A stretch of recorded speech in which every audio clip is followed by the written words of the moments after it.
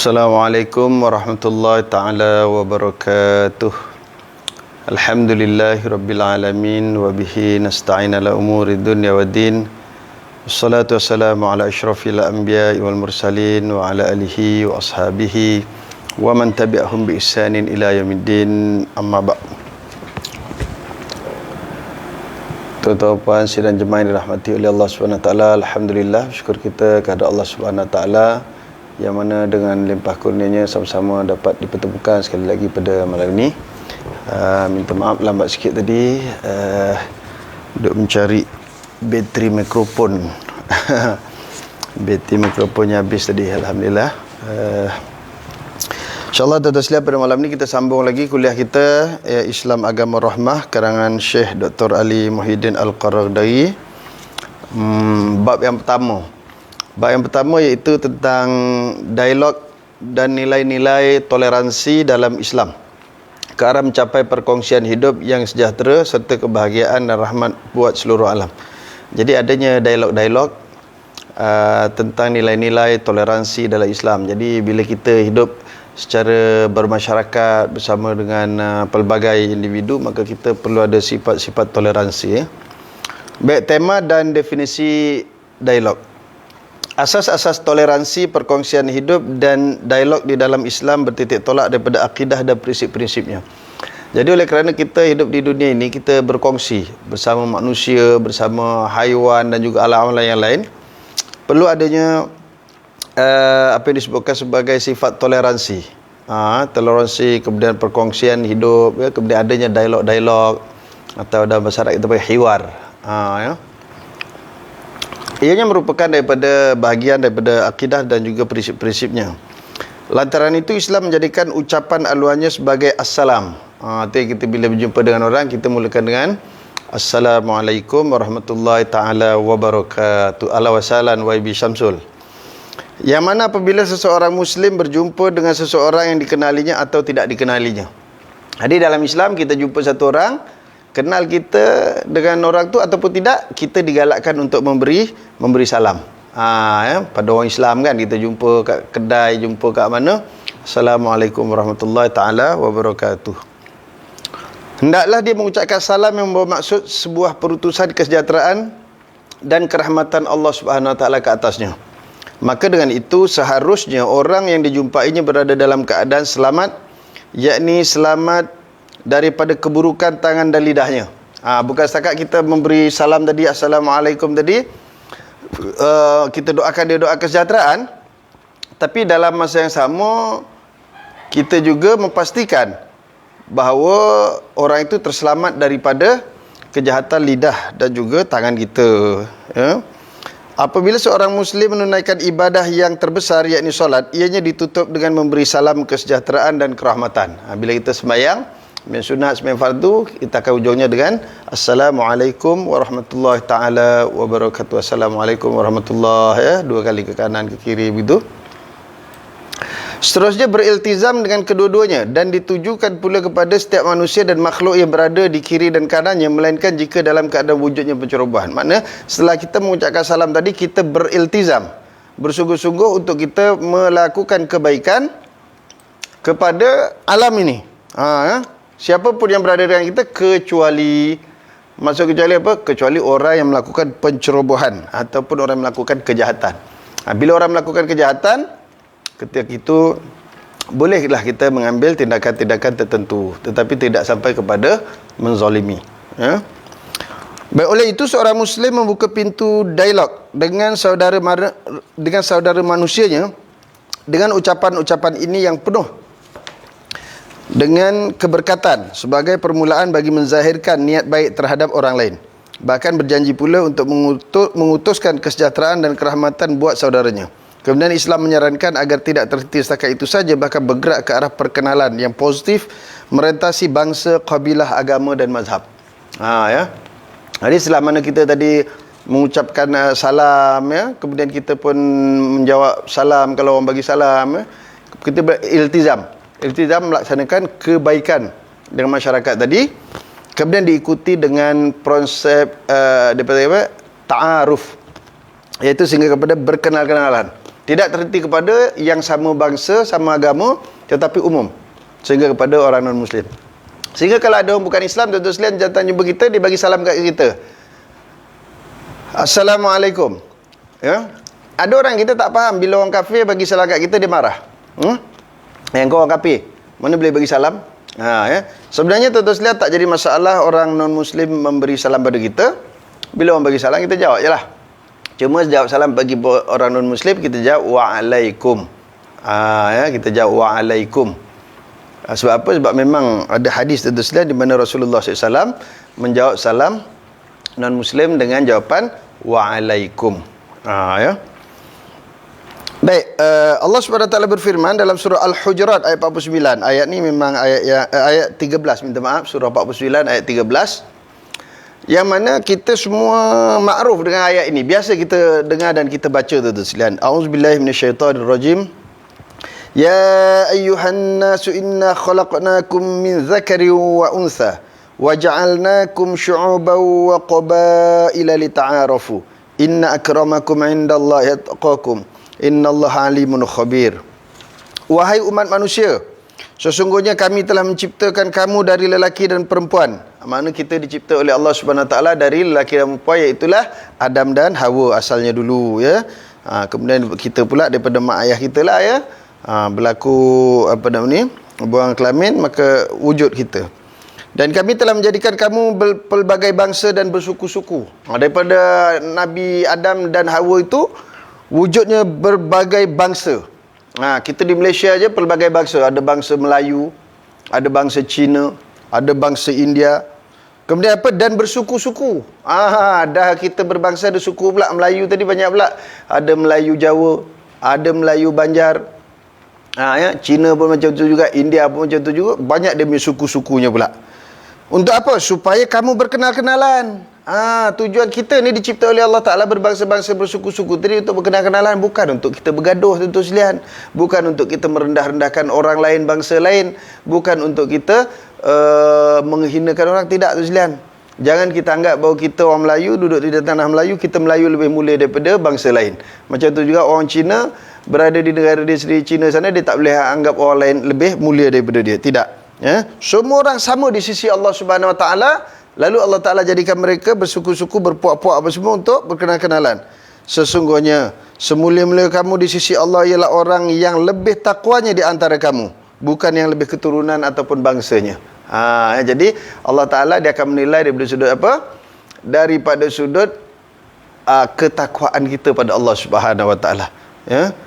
Kalau kita orang kulit hitam sekalipun tuan-tuan sekalian, tapi dia alhamdulillah beramal soleh, dia bertakwa pada Allah Subhanahu Wa Taala, dia lebih mulia daripada orang-orang yang apa nama ni, orang kulit putih cerah, ya. Jadi Allah Taala tak lihat itu semua. Allah Taala lihat dari sudut ketakwaan. Baik, kalimah ta'aruf merupakan terbitan daripada tafa'ul. Dia kata terbitan daripada tafa'ul yang merupakan perkongsian yang selari antara dua pihak bagi memberi isyarat bahawa setiap pihak hendaklah saling mengenali antara satu sama lain dengan kepekaan untuk memperoleh kadar perkenalan yang sama. Maksudnya gini tu sekalian. Ta'aruf ni daripada perkataan arafa, yu'arifu ta'aruf. Ta'aruf ni saling kenal mengenali. Kalau arafa ya'rifu ataupun ta'rifu. Ta'rif itu kita cuma kenal seorang, mengenali seorang. Yang satu lagi tak mengenali satu lagi. Tapi bila sebut ta'aruf, saling kenal mengenali. Kita kenal dia, dia kenal kita, setakat mana keperluan untuk kita kenal lah, ya. Kita kenal dia, mungkin kita perlu tahu dah kahwin ke belum, berapa orang ahli keluarga dia, alamat rumahnya di mana. Ini perkara-perkara asas yang kita saling kenal mengenali, ya. Ayat ini dengan jelas menyatakan bahawa dialog di dalam Islam bukan sekadar untuk menganjurkan dialog semata-mata, bahkan untuk mencapai pelbagai objektif tertentu. Dan di antara yang paling penting ialah saling mengenali, iaitu setiap insan mengenali insan yang lain, setiap kabilah mengenali ciri istimewa dan kelebihan kabilah yang lain. Maknanya sebab disebut li ta'arafu, saling kenal mengenal. Makna kita tahu ciri-ciri keistimewaan yang ada pada rakan kita ataupun bangsa lain tadi. Kita tahu dia ada kelebihan, dia pun tahu juga kelebihan kita. Kita tahu dia ada kelemahan, dia pun tahu kelemahan kita. Kita tahu apa yang dia suka, dia pun tahu apa yang kita suka. Macam kita kadang-kadang bila bergurau tuan-tuan sekalian, kita kena tahu kawan kita ni boleh kita gurau ke tidak. Ada orang bergurau melampau-lampau, bila dia kena gurau, dia merajuk pula tuan-tuan sekalian. Jadi kita kenal, orang ni kalau kita bergurau macam ni dia boleh. Orang ni tak boleh, kalau bergurau je dia koyak. Misalnya gitu. Jadi kita sampai tahap boleh kenal macam tu. Kemudian penganut agama mengenali ciri istimewa penganut agama lain. Mana kita juga cuba memahami agama-agama lain. Itu sebab disebut, di sana ada, kalau kita belajar di universiti pun ada tuan-tuan sekalian, dia panggil apa? Muqaranah al-adyan. Yang mana kita mengetahui tentang perbezaan-perbezaan agama ni. Agama Hindu macam mana sifatnya. So supaya apa tuan-tuan sekalian, bila kita bercakap dengan dia, bila kita bersama dengan dia, kita tidak melakukan suatu benda yang mungkin tidak disukai oleh mereka, ataupun agama mereka. Macam dulu saya ingat lagi, minta maaf tuan-tuan sekalian, bila ada isu kuil dulu di Seksyen 23, beberapa tahun yang lepas, dah lama, dah lebih 10 tahun dah tuan-tuan sekalian, ketika saya duduk di sana dulu, sehingga ada orang Melayu kita angkat kepala lembu tuan-tuan sekalian. Mana dia telah mengganggu sensitiviti non-Muslim. Dia menyebabkan orang itu marah. Akhirnya kita bimbang dia boleh membawa ada pergaduhan kaum. Jadi sebab tu kita kena tahu, orang bukan Islam, dia punya pantang larang ini. Jadi kita jangan ganggu. Dalam masa yang sama, dia macam tu juga. Dia kena faham kita. Dalam Islam tak boleh diganggu macam ni. Dia pun kena hormat. Baru datangnya ta'aruf tadi, saling kenal mengenal. Jadi baru timbulnya kasih sayang dan lain-lainnya. Baik. Hal ini mana tadi? Hal ini kerana terbukti secara ilmiah dan politiknya bahawa pelbagai masalah berpunca daripada kejahilan kita terhadap orang lain. Jadi apa yang berlaku hari ini, kerosakan yang berlaku di muka bumi ini, pergaduhan, apa semua adalah kerana kadang-kadang ketidakprihatinan kita dalam mengenali rakan kita ataupun sahabat-sahabat kita daripada bangsa lain sendiri. Bukan setakat orang Islam sama Islam saja, termasuk non-Muslim dan seumpama dengannya. Ini kita bicara dalam konteks umum tuan-tuan sekalian, ta'aruf tadi dalam konteks umum antara kita sesama Islam dengan non-Muslim sekali. Baik, apabila konsep ta'aruf, saling kenal mengenal, dapat dipraktikkan oleh kedua-dua belah pihak, akan tercapailah objektif yang kedua, iaitu ta'amul, saling berinteraksi. Jadi bila kita dah kenal, senang untuk kita nak berinteraksi. Sebab tu kita kena orang ni perangai dia. Jadi senang kita nak berinteraksi, kita nak berhubungan dengan dia, nak bersembang, nak apa jugalah kita nak buat. Tapi kalau kita tak kenal, kita bimbang tu sikit. Percakapan kita akan mengguris hati dia. Perbuatan kita akan menyebabkan dia tidak selesa. Jadi itu penting tu siang, ta'amul. Kemudian akan wujudnya pula sifat apa? Ta'awun, saling bekerjasama. Bila kita dah saling kenal mengenali, kemudian tuan-tuan sekalian, kita dah kenal dengan mereka tadi, akan berlaku interaksi. Interaksi, kita bersembang, bercakap, soal, jawab apa semua, muncul pula ta'awun, saling tolong-menolong antara kita dengan sahabat kita tadi. Baik, saudara Azhari bertanya tuan-tuan sekalian, salah ke berkawan dengan orang non-Muslim? Tak ada tuan-tuan sekalian, tak ada salah. Memang kita digalakkan untuk berkawan dengan siapa pun, sama ada sesama agama ataupun berlainan agama. Kalau berlainan agama, tujuannya apa tuan-tuan sekalian? Untuk kita menunjukkan dan menonjolkan akhlak yang baik, sifat-sifat rahmah Islam, dan akhirnya kita dapat menarik mereka ke dalam agama Allah Subhanahu Wa Taala. Itu tujuan kita berkenal-kenalan dengan non-Muslim. Jadi kita hidup kat dunia ni bukan setakat kita ni nak hidup bersama sesama kita. Kita ni adalah dipanggil ummah dakwah. Ummah yang kerjanya ialah menyampaikan seruan-seruan agama Allah Ta'ala, seruan-seruan kebaikan kepada orang yang telah beragama Islam dan juga kepada orang yang belum beragama. Baik, seterusnya dalam kebajikan dan ketakwaan. Bila kita dah kenal mengenal tadi, akan berlakunya ta'awun, saling tolong-menolong, kerjasama dalam perkara-perkara kebaikan, dalam perkara-perkara ketakwaan. Kerana tuan-tuan sekalian, kalau kita jumpa semua orang, termasuk orang bukan Islam, bukan semua orang bukan Islam itu tidak baik tuan-tuan sekalian. Dan orang Islam pun begitu juga, bukan semuanya baik tuan-tuan sekalian. Ada juga yang beramal dengan amal-amal tidak baik. Jadi hakikatnya semua itu adalah secara umumnya ada benda baik ada tak baik pada semua orang, semua penganut agama ni tuan-tuan sekalian. Agama tu dah cantik dah. Kita ni yang beramal dengan amal agama tadi. Ada kisah bagaimana Rasulullah bergaul dengan yang bukan Islam. Oh, banyak Ustaz Azhari ya. Ustaz Azhari ni bertanya pula dia pun pandai tu. Memang banyak kisah-kisah di mana Rasulullah berinteraksi, bergaul dengan non-Muslim. Nanti kita bicara lain waktu insya-Allah tuan-tuan sekalian ya. Sebab kita nak tumpu pada kitab ni. Baik, setelah mana adanya sifat ta'aruf, ta'amul, kemudian datang pula ta'awun, muncul pula satu lagi disebut takamul. Takamul artinya apa tuan-tuan sekalian? Saling melengkapi untuk kesejahteraan manusia sejagat. Ya, jadi bila dah kenal, boleh saling tolong menolong, akhirnya melengkapi antara satu sama lain. Sebagai contoh tuan-tuan sekalian, sekarang kita menghadapi masalah COVID. Ada orang yang kehilangan pekerjaan, ada orang yang kehilangan mata pencarian ya. Tetapi tuan-tuan lihat, yang membantu di luar sana bukan setakat orang Islam. Ada orang bukan Islam. Tuan-tuan sekalian, sahabat saya seorang YB. Sekejap tuan sekalian, ada kucing ni kesian dia terperangkap.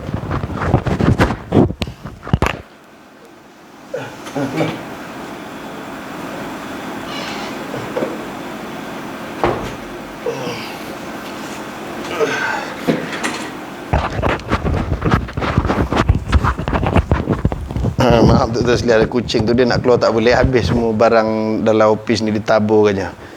Cari jalan keluar tak jumpa. Sedap. Baik. Saya pun ni jumpa satu sahabat saya tu sekalian, seorang YB. Dia cerita tuan-tuan sekalian, saya pun tengok dia memang banyak menyumbang bantuan-bantuan kan. Kalau kita fikir dia YB, dia ada peruntukan, tapi peruntukan YB pun bukan banyak sangat tuan-tuan sekalian. Tapi kita tengok tiap-tiap bulan dia keluarkan sumbangan begitu banyak. Saya tak tanya pun, dia sembang. Dia kata Ustaz, saya tiap-tiap bulan saya akan dapat bantuan persumbangan daripada satu orang, banyak dia kata. Dan dia memang suruh bagi pada orang-orang yang susah tu dia. Wah, nilai dia lebih kurang 50,000 satu bulan. Tetapi dia kata, sayangnya Ustaz, orang ni bukan orang Islam. Kalau dia orang Islam, Masya Allah, banyak pahala dia, senang masuk syurga. Tapi dia non-Muslim. Nak ceritanya apa tu Ustaz? Bukan setakat orang Islam yang suka untuk membantu, bahkan orang bukan Islam juga, ada yang memang sifat dia macam tu Ustaz. Jadi, dia melengkapi keperluan orang yang serba kekurangan. Maknanya kita susah, dia lengkapi kita. Dia susah, kita bantu. Ini pentingnya tuan-tuan sekalian. Bila kita ada sifat ta'aruf, berkenal-kenalan, akhirnya kepada takamul, saling lengkap melengkapi. Bertujuan untuk apa? Untuk kesejahteraan manusia sejagat. Tujuan tadi tolong-menolong untuk kesejahteraan manusia sejagat. Hinggalah dapat direalisasikan konsep rahmatan lil alamin, bukan lil muslimin. Cantik ni, Syekh ingatkan kita juga. Syekh mengingatkan kita, Islam itu rahmatan lil alamin, bukan rahmatan lil muslimin. Saya ingat lagi tuan-tuan sekalian, 2 tahun lepas, bila mana kerajaan Malaysia diterajui oleh Pakatan Harapan tuan-tuan sekalian. Bila Pakatan Harapan memerintah, kita cuba tuan-tuan sekalian untuk mengamalkan rahmatan lil alamin ini. Tetapi tuan-tuan sekalian, golongan orang-orang yang tidak suka, golongan orang yang tak selesa sebab dia tak dapat kuasa, akhirnya dia memfitnah dengan mengatakan, oh ini rahmatan lil kafirin. Sebenarnya tuan-tuan, Islam itu ialah rahmatan lil alamin. Tak kira dia lil muslimin, lil kafirin, lil hayawanin, al hayawan, atau apa juga. Semuanya adalah berada di bawah lingkungan rahmat agama Islam dan rahmat Allah Subhanahu wa taala. Jadi kena ingat tuan-tuan, Islam bukan setakat rahmat kepada orang Islam. Islam adalah rahmat kepada seluruh penduduk alam. Sebab itu Allah Subhanahu wa taala menyebutkan di dalam surah Anbiya ayat 107, a'udzubillahi minasyaitonirrajim, wa ma arsalnaka illa rahmatan lil alamin. Dan tidaklah kami mengutus kamu wahai Muhammad ke muka bumi ini melainkan sebagai pembawa rahmat kepada seluruh penduduk alam. Jadi rahmat yang dibawa oleh Nabi ini adalah untuk seluruh penduduk alam. Oleh sebab itu, Islam tidak hanya menuntut untuk melakukan dialog semata-mata, bahkan menuntut supaya berlakunya dialog dengan cara yang paling baik. Jadi satu, Islam suruh kita berdialog, berinteraksi. Sebab daripada situ datangnya ta'awun dan takamul tadi tu sekalian. Bukan setakat itu, tetapi Islam juga menuntut supaya kita berdialog tadi, berinteraksi dengan cara yang baik. Bila kita berhubungan dengan orang, kita berhubung dengan cara yang baik. Berjidal misalnya. Jidalnya apa? Berdebat, debate. Debate juga adalah debate dengan cara yang baik, ya. Itu dalam Quran surah An-Nahl ayat 125. Allah Taala berfirman, A'udzubillahi minasyaitonirrajim. Ud'u ila sabili rabbika bil hikmati wal mau'izatil hasanah wajadilhum billati hiya ahsan. Inna rabbaka huwa a'lamu biman dhalla an sabilih wa huwa a'lamu bil muhtadin. Serulah ke jalan Tuhanmu wahai Muhammad dengan hikmah kebijaksanaan dan nasihat pengajaran yang baik, dan berbahaslah dengan mereka yang engkau serukan itu dengan cara yang lebih baik. Jadi ada 3 perkara tentu sekalian, makna tingkatan dalam dakwah tadi. Yang pertama, ketika mana kita berdakwah, serulah, kata Allah Ta'ala, dengan hikmah kebijaksanaan. Hikmah kebijaksanaan. Hikmah ni bukan lemah lembut. Di satu tu setiap orang kena faham. Hikmah ni bukan lemah lembut. Hikmah ni mana kebijaksanaan. Bagaimana kita menyampaikan dakwah, menyeru orang tadi, seruan itu boleh sampai kepada orang yang kita seru. Macam contoh ginilah tuan-tuan sekalian, kita dengan anak kita, anak kita panjat pokok. Kita tahu bahaya kalau panjat nanti jatuh, patah. Tapi dia degil. Kita beritahu, Mat, turun Mat, nanti jatuh. Dia relax, dia pun panjat lagi. Kita kata, Mat, turun Mat, nanti jatuh. Dia panjat lagi. Mat, panjat tinggi-tinggi lagi. Jatuh yang mampu kan?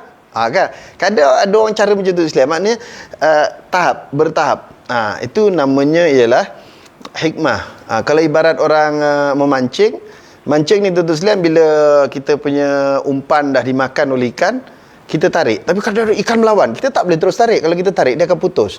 Kita lepas, nanti tarik. Sama juga orang main layang-layang kan. Bila angin kuat, kita kena lepas tali. Biar angin bawa. Jadi bila dah slow, tarik balik. Tapi kalau kita terus lepas saja, dia akan putus. Macam tu juga dalam dakwah. Kita tak boleh terus berkeras tentu sekalian. Dan dalam masa yang sama, kita tidak boleh terlampau lembut. Kita lihat kepada keadaan. Itu hikmah kebijaksanaan. Bijaksana tu, kita lihat daripada sudut mana. Sebenarnya tuan-tuan sekalian, kalau kita nak bicara tentang ud'u ila sabili rabbika bil hikmah wal mau'izatil hasanah wajadilhum billati hi ahsan, ni panjang lebar tu sekalian. Saya ingat masa kita dekat Mesir dulu betul tu sekalian, dia bincang hikmah tu je satu buku tu sekalian. Satu buku tebal.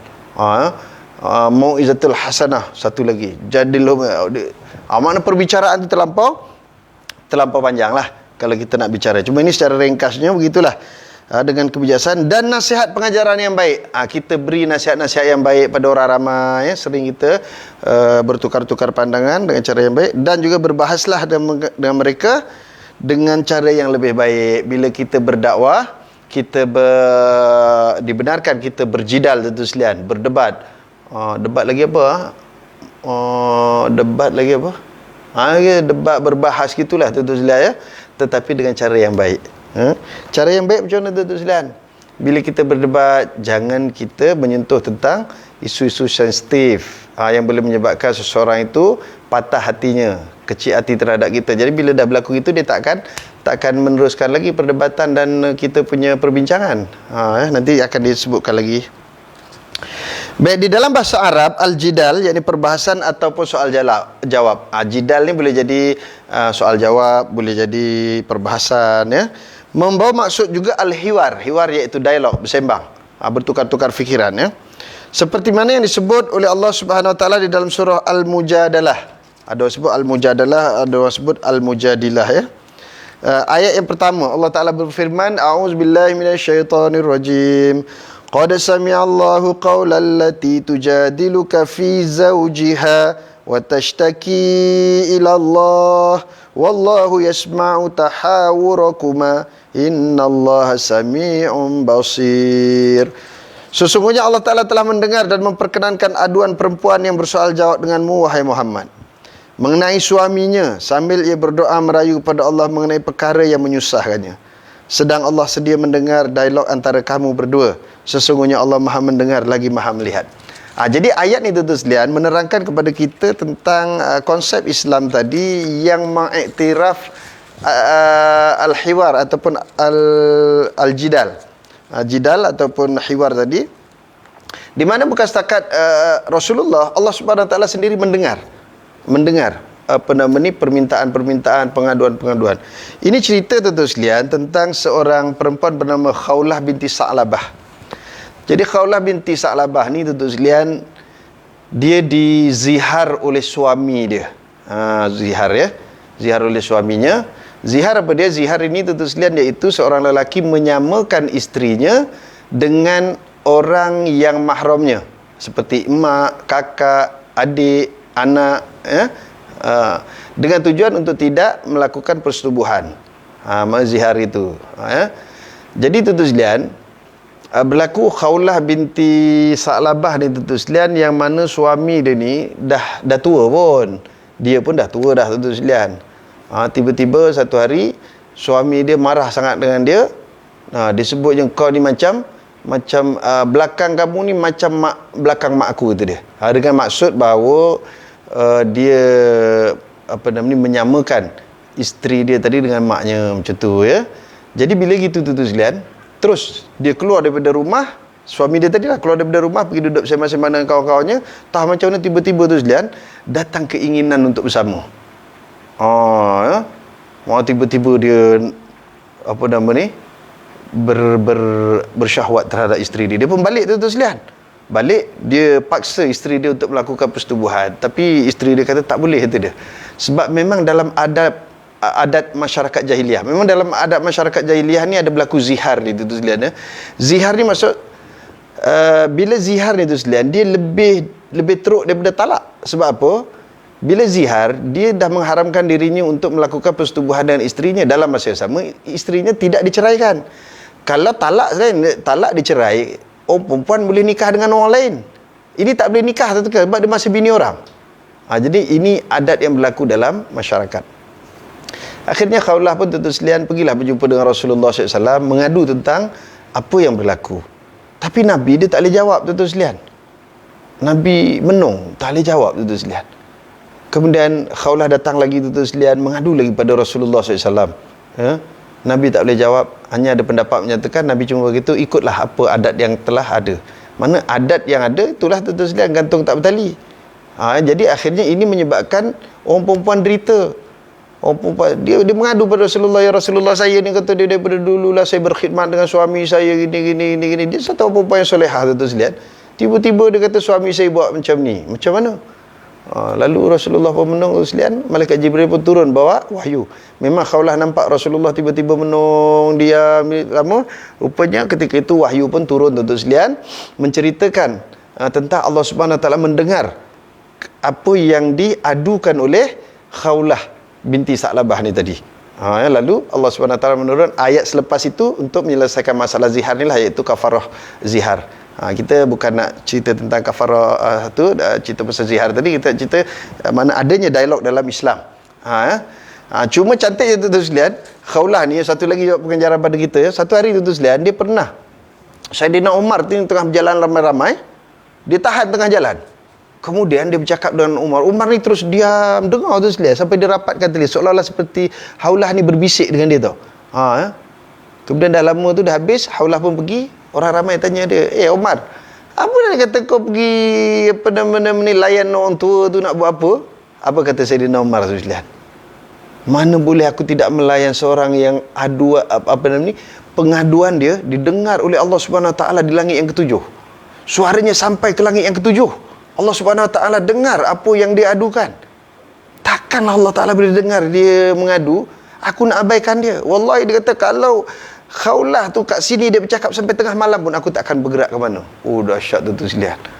Sampai macam tu sekali. Ni sebahagian orang ni tu kadang-kadang dia biasa-biasa di depan orang ramai, tetapi tu sekalian dia dikenali oleh penduduk langit. Suaranya sampai didengari oleh Allah Subhanahu Wa Taala dan para malaikat di langit sana tu sekalian. Ini hebatnya. Ni Khawlah. Jadi kita ringkaskan jelas cerita Khawlah ni, panjang tu sekalian cerita dia. Khawlah ni banyak keistimewaan dia lah. Jadi bukan setakat Rasulullah tadi mendengar, Allah Ta'ala juga mendengar dan Allah Ta'ala menyelesaikan masalahnya. Baik, Seterusnya, di dalam ayat lain Allah Ta'ala melarang untuk diadakan dialog yang bukan dengan cara yang paling baik. Tengok. Dialog boleh dengan cara yang baik. Tapi kalau dialog dengan cara yang tidak baik, tidak dibenarkan, tentu sekalian. Kemudian Allah Subhanahu Wa Ta'ala berfirman dalam surah Al-Ankabut ayat 46. A'udzubillahi minasyaitonirrajim. وَلَا تُجَادِلُوا أَهْلَ الْكِتَابِ إِلَّا بِالَّتِي هِيَ أَحْسَنُ إلا الذين ظلموا منهم وقولوا آمنا بالذي أنزل إلينا وأنزل إليكم وإلهنا وإلهكم واحد ونحن له مسلمون. Dan janganlah kamu berbahas dengan ahli kitab, iaitu orang Yahudi dan Nasrani, melainkan dengan cara yang lebih baik, kecuali orang-orang yang berlaku zalim di antara mereka. Dan katakanlah kepada mereka, kami beriman kepada Al-Quran yang diturunkan kepada kami, dan kepada Taurat dan Injil yang diturunkan kepada kamu. Dan Tuhan kami, juga Tuhan kamu adalah satu, dan kepadanya lah kami patuh dengan berserah diri. Memang tentu sekalian dengan Yahudi dan Nasrani ini, mana ahli kitab, kena berhati-hati nak berdialog dengan mereka ni, sebab mereka ni kuat putar beliknya tentu sekalian. Silap-silap mereka akan menipu kita. Sebab tu kena berhati-hati dengan orang Yahudi dan Nasrani ni. Baik, kedua-dua ayat ini menunjukkan bahawa seorang Muslim seharusnya berusaha mencari sebaik mungkin cara dalam berdialog dan berbahas, sama ada dalam perkataan, uslub, yakni teknik dan isi.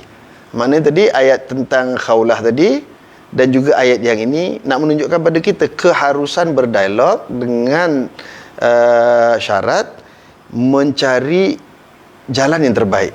Jalannya apa? Satu, daripada sudut isi apa yang kita nak perbincangkan. Isi kita nak berdialog, isi kita nak bersembang, isi kita nak mengadu. Yang kedua iaitu teknik. Bagaimana kita nak mengadu. Berkenaan orang mengadu ni tuan-tuan sekalian, saya ingat lagi tuan sekalian, ada satu waktu ada orang perempuan mengadu dengan Nabi. Yalah, mengumpat dia tak boleh, tapi ada waktunya dibenarkan tuan-tuan sekalian, dengan tujuan untuk nak mencari penyelesaian masalah. Satu hari tu sekalian, Nabi SAW berbai'ah dengan kaum wanita di Mekah, lepas daripada berlakunya peristiwa Fathu Makkah. Nabi berdialog dengan kaum wanita. Ada satu perempuan berkelubung, tutup langsung tu sekalian. Kemudian Nabi sebut, yang pertama, hendaklah kita menyembah Allah Ta'ala, jangan syirik. Yang kedua, jangan membunuh anak-anak kecil. Orang ni tiba-tiba dia bersuara. Berkelubung tu dia bersuara. Dia kata, wahai Muhammad, engkau lah yang bunuh anak-anak kami. Kami besarkan dia, kamu bunuh mereka dalam peperangan Badar, peperangan Uhud. Nabi kata, siapa agaknya Mak Minah ni? Kemudian Nabi kata, jangan mencuri. Bila sebut jangan mencuri, perempuan ni sebut. Dia kata, ya Rasulullah, kalau aku ambil duit daripada poket Abu Jahal tanpa kalau aku ambil duit daripada poket Abu Sufyan tanpa pengetahuannya, boleh tak? Rasulullah tahu rupanya ini Datin Sri Hindun tu sekalian. Datin Sri Hindun, isteri pada Datuk Sri Abu Sufyan. Rupanya tu dia nak cerita, Abu Sufyan ni dia kaya tapi dia kedekut tak hidung masin. Jadi kadang-kadang barang dapur tak cukup, nafkah tak cukup. Jadi siapa nama ni? Hindun, isteri pada Abu Sufyan ni, sudah cilok duit daripada poket dia tentu sekalian tanpa pengetahuannya. Tapi apa jawab Rasulullah? Jawab Rasulullah,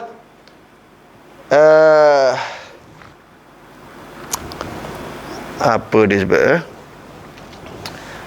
Ambillah dengan cara yang baik. Ambillah dengan cara yang baik. Mana cara yang baik tu apa sekalian? Ambil setakat mana keperluan kamu. Keperluan nafkah kamu yang tak cukup tu ambil, tak apa. Yalah, ambil nak beli gandum, nak beli tamar untuk makanan, untuk barang dapur, boleh. Tu. Maknanya berlaku dialog. Tujuannya untuk nak menyelesaikan masalah. Itu dibenar tu sekalian. Cari jalan yang terbaik. Kemudian uslub, teknik dan juga perkataan. Perkataan. Kita nak berdialog dengan orang, mestilah perkataan yang baik-baik. Jangan gunakan perkataan yang tidak baik. Medium dialog pula perlulah dikembang dan dipelbagaikan sesuai dengan perubahan zaman dan uruf, yakni budaya. Kesesuaian hari ini tu sekian. Dialog ni bukan mesti kita berdepan. Kadang-kadang orang berdialog, macam kita hari ni tu sekian tak boleh berdepan, kita guna Google Meet, Zoom, dan apa juga platform yang boleh kita gunakan. Berdakwah macam tu juga tu sekalian. Bukan mesti kita berdepan. Hari ini pelbagai cara boleh kita buat. Boleh melalui TikTok, boleh melalui Facebook, boleh melalui WhatsApp dan seumpama dengannya. Mana sekarang ni kepelbagaian cara kita berinteraksi, cara kita berdialog dengan orang, ya. Antaranya dengan cara apa? Merangkumi lafaz, kemudian teknik kita, ya, untuk berdialog tadi, ya. Kemudian penulisan dan medium-medium komunikasi terkini yang berkembang. Sekarang ni pelbagai kaedah untuk berkomunikasi. Allah Ta'ala telah menjelaskan di dalam surah Ibrahim bahawa medium-medium ini mempunyai thawabit. Apa dia thawabit? Thawabit iaitu perkara yang tetap. Tetapi mutaghayyirat iaitu perkara yang berubah lebih banyak. Manakala dialog hendaklah berisi jangan kaku atau statik. Jadi perbahasan itu mestilah menjurus kepada perkara-perkara yang thawabit. Thawabit yang tetap, tetapi hari ini banyak yang telah berubah-ubah disebabkan keadaan-keadaan. Sebab tu disebutkan kan, hukum itu boleh berbeza disebabkan masa, tempat. Dulu lain, sekarang berlaku perbezaan. Itu pun disebut oleh Dr. Yusuf Qaradawi dalam kitabnya Fiqhul Awlawiyat. Banyak benda tu kan disentuh. Ada yang dulu zaman Rasulullah lain hukumnya, zaman para ulama lain, zaman hari ini pun boleh berubah lain. Tetapi sawabit dia tak berubah. Benda yang tetap kekal tentu saja dia tak berubah. Tetapi ada di sana perkara-perkara mutaghayyirat yang boleh berubah-ubah. Sebab tu Dr. Yusuf Qaradawi berhujah Islam. Contoh dia kata, antara Imam Malik dengan Imam Syafi'i saja pun, murid dengan guru, kadang-kadang ada perbezaan pendapat. Hanya disebabkan masa, tempat. Apatah lagi kalau hari ini masa telah berubah begitu banyak dan lebih jauh, tuan-tuan sekalian. Kita dengan orang di Arab berbeza, tuan-tuan sekalian. Imam Syafi'i, dia ada qaul qadim, qaul jadid. Di Iraq dan di Mesir pun berbeza. Jadi kadang-kadang budaya suatu tempat itu membezakan. Saya pernah baca lah, tuan-tuan sekalian, dalam satu buku, apa nama kitab tu tak ingat, yang ditulis oleh Syekh Dr. Abdul Karim Zaidan, tak silap saya. Dia membicarakan tentang inilah tu sekalian, uruf, tentang budaya, tentang apa semua kan. Masalah contohnya orang perempuan pakai seluar. Kan orang sebutkan orang lelaki tidak boleh menyerupai orang perempuan daripada segi pakaian, daripada segi kelakuan. Orang lelaki pun tak boleh menyerupai perempuan, perempuan pun tak boleh menyerupai lelaki kan. Termasuk dalam memakai seluar. Itu perbincangan, orang perempuan pakai seluar macam mana, tuan-tuan sekalian. Ya. Jadi tuan-tuan sekalian, satu hari Nabi SAW melihat satu perempuan pakai naik kuda ke naik unta jatuh, tuan-tuan sekalian, ya. Nabi sebab apa? Rahimallahu al-mutasarwilat. Allah Ta'ala merahmati orang yang memakai seluar. Maksudnya tadi Nabi tak nampak perempuan pakai seluar, dia pakai jubah gitu kan, rupanya seluar dekat dalam. Jadi ada orang, tentu sekalian, budaya yang memang masyarakat dia pakai seluar saja. Tetapi yang ni tak, yang ni dia pakai pakai luar, dia ada pakai seluar di dalam. Tetapi ada tempat orang seperti di Iraq, satu tempat tu disebut dalam kitab tu, dia memang orang perempuan pun pakai seluar. Daripada sejak dulu-dulu tok nenek moyang dia pakai seluar. Maka tak ada masalah dia pakai seluar. Cuma hari ni kita tengok orang perempuan dekat tempat kita ni pakai seluar. Seluar tu menyerupai seluar lelaki dan pakaian dia terlampau senting, ya, kayak baju dia tu sehingga menampakkan bentuk tubuh badan. Yang tu dia kena cek balik lah, ya. Saya cuma nak sebut tadi betapa keadaan-keadaan uruf tempat itu juga memainkan peranan dalam bab-bab hukum ni, ya. Baik, Allah Subhanahu Wa Taala berfirman dalam surah Ibrahim ayat 25. Tu'ti ukulaha hinin biizni rabbiha. Dia, yakni Allah, mengeluarkan buahnya pada tiap-tiap masa dengan dia, yakni pokok buah-buahan tadi, mengeluarkan buahnya pada tiap-tiap masa dengan izin Tuhannya. Mana Allah Subhanahu Wa Taala mengeluarkan buah daripada pokok-pokok ni mengikut musim-musimnya. Macam anggur dia berbuah musim panas, tentu sekalian. Musim sejuk, anggur ni habis, daun-daun pun tak ada, ingatkan dah mati kan. Musim panas dia akan berbuah. Limau beza pula, dia akan berbuah musim sejuk. Maknanya Allah Subhanahu Wa Taala menjadikan pokok-pokok tadi berbuah mengikut musimnya. Kemudian ayat di dalam surah Al-Ankabut pula mengisyaratkan supaya dialog yang ingin diadakan hendaklah lahir dari sawabit yang disepakati. Maknanya sawabit, benda yang tetap yang disepakati oleh semua, barulah boleh kita berbincang dalam perkara tersebut. Sebagai contoh ayat tadi, iaitu berkenaan dengan dialog dengan non-Muslim tadi, Baik, bila kita dialog dengan ahli kitab tadi, bahawa kita bersetuju dalam Quran tadi disebut kami beriman kepada Al-Quran yang diturunkan kepada kami dan kepada Taurat dan Injil yang diturunkan kepada kamu dan Tuhan kami juga Tuhan kamu.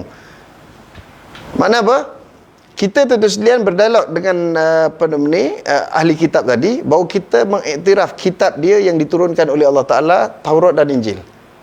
Macam tu. Jadi baru dia boleh bincang dengan kita.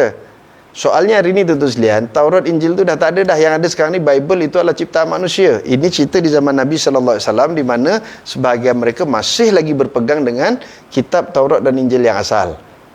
Jadi okey, kita boleh bincang. Kami setuju dengan kitab yang kamu baca tu yang turun daripada Tuhan yang sama, dengan Quran daripada Tuhan yang sama, dan Allah Ta'ala itulah Tuhan kami dan Tuhan kamu. Yang tu kita setuju dah. Baru kita berbincang apa benda-benda furuk yang nak dibincangkan. Kemudian perkara ini merupakan antara perkara sawabik yang disepakati antara penganut agama-agama. Perkara yang tetap. Apa tadi? Iaitulah berkaitan dengan kitab Taurat, Injil tadi, isi dalamnya adalah perkara yang tetap, yang dipersetujui, datangnya daripada Allah Subhanahu Wa Taala.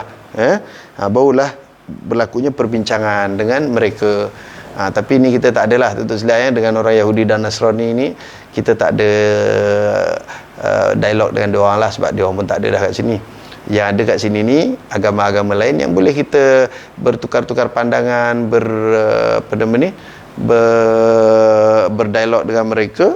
InsyaAllah tentu sekalian, saya lihat dialog-dialog yang betul caranya akan menyuburkan dan menurunkan hidayah kepada orang non-Muslim itu.